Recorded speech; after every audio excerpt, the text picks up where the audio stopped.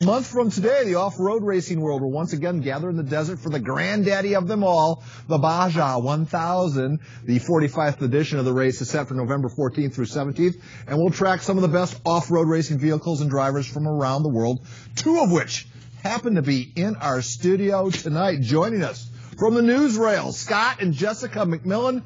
Welcome, guys. Scott, I've heard of some interesting father-daughter activities. This takes the cake. Tell me about the family involvement in off-road racing. Our family's been down in Baja since 1970.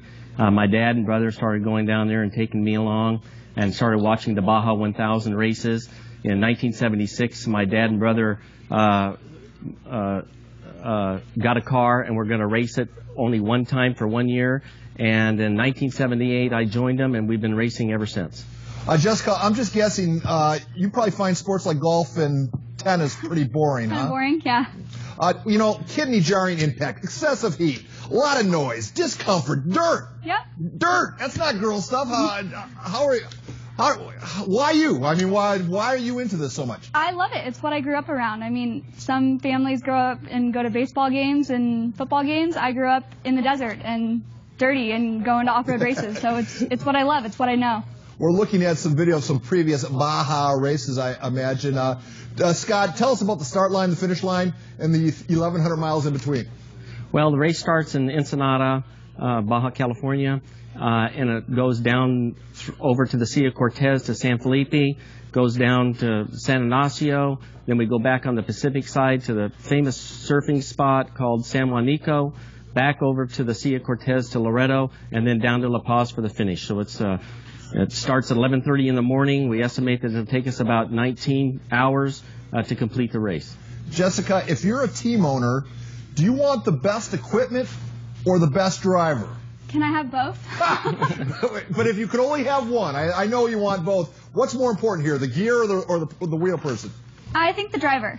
You can have the best equipment, but it comes down to the preparation of, before the race and the driver. You have to be smart, and anyone can get out there and have the best equipment and go fast, but it takes a lot of skill to, know when to slow down and actually get to the finish line. And what makes the Baja venue so special, Scott? I mean, it's considered the granddaddy of them all. Is it? Explain why it's the granddaddy of them all.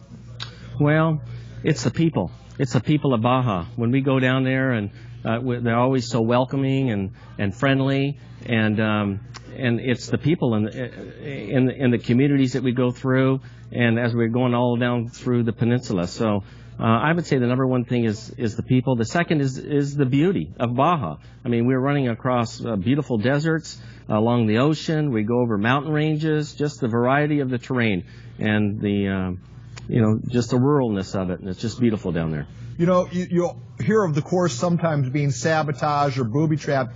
One, is that true? Have you guys encountered that? Is that part of the event? Is that, to dig a 100-foot hole and watch somebody try to drive through a mountain of water? I mean, is that part of it all? Absolutely. I mean, the people will go out the day before and make water holes, and they want entertainment. They want something they want a show, And then it's funny because then you'll get out of the car and they'll be the ones to help dig you out. I mean, they want a show, but then they want to participate, So it's an 1,100-mile plus race.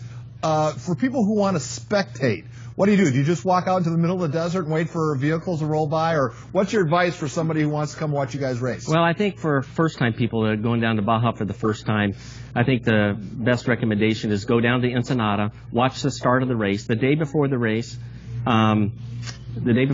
is all the pre-race activities where all the racers are at, all the vehicles. Over 300 vehicles will be there. And then race day, there's 300 vehicles lined up for the starting line in Ensenada. So I would say the first time is going to Ensenada and watch the start. Jessica, does your success in off-road racing having you consider, say, other racing options? You see Danica Patrick making a fortune in stock car races. Do you ever the wheels start turning there? I think that racing for me is more of just a hobby. I mean, it's something I get to do with my family and something I enjoy. Unless there's any careers that I don't know about in off-road racing, I think that I'm just going to stick to my hobby. You guys know the risk the second you put the helmet on and strap up. But there's also a bigger fear, I would imagine, and don't let me put words in your mouth. When fans are this close to the action, we have some video that you probably have seen. How worried are you about when you're trying to push the car or truck to its edge, spilling over into the crowd? Well, we do a lot of planning and a lot of preparation and practice down there in Baja. So we are always very keenly aware of our surroundings. And the co-driver is always communicating with the driver. So we know where, the holes are or the ditches. But the other thing is when you see a lot of people, that's the heads up. You know what? A lot of people are around there for a reason. So you kind of slow down, you take a second look, and you just cautiously, drive through those areas. Now, is there a third member to your team? Is there a son involved as well? There is. I have my son Andy. He's the younger brother of Jessica, and we've been racing together for I don't know how many years, maybe 7 years together as a family. And in fact, all three of us are racing the trophy truck in the Baja 1000 together. I'm just going to take a flyer here. I'm betting Jessica passed her driver's license test on her first try. I actually didn't. Tell us about that. What, you failed parallel parking or something? No, I actually, I think I got cut off. And for some reason I didn't pass. Yeah. Well, we got a graphic coming up here. So just tell the folks again about the race. You remind them all of the granddaddy of them all. Why should we come watch this? It's a granddaddiest race in the world. It is the Super Bowl for Mexico. They close the schools on race day and the day before the race. There's thousands of people all along the peninsula going down as we're racing, and it's a beautiful place and great people. Can I ask one dumb question, because it just shows you my off-road racing knowledge? There seems to be trucks, there seem to be dune buggies, there seem to be motorcycles. Is everybody racing together and it's like the best vehicle wins, or are there divisions within the overall race?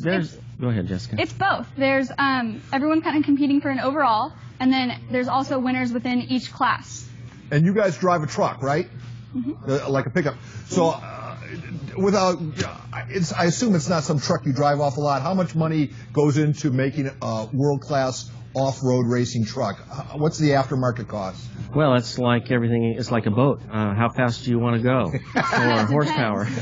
Yeah, so you can spend as much money as you want. All right. But it's a Ford Raptor, has over 800 horsepower, 2 feet of suspension in the front, and Fox shocks, 39-inch BFG tires. Yeah. So it's a monster. If you have to ask how much, it's not for you then? That's right. All right, guys, thank you very much. Thank you. I won't wish that you win. I just wish that you be safe and healthy, okay? And we'll wish that you win, too. Okay, thanks. Thanks. All right, Scott and Jessica McMillin of McMillin and Family. What a Your own team. version. What fun. Very good. All right, Thanks, a Paul. lot. And we will be right back after this.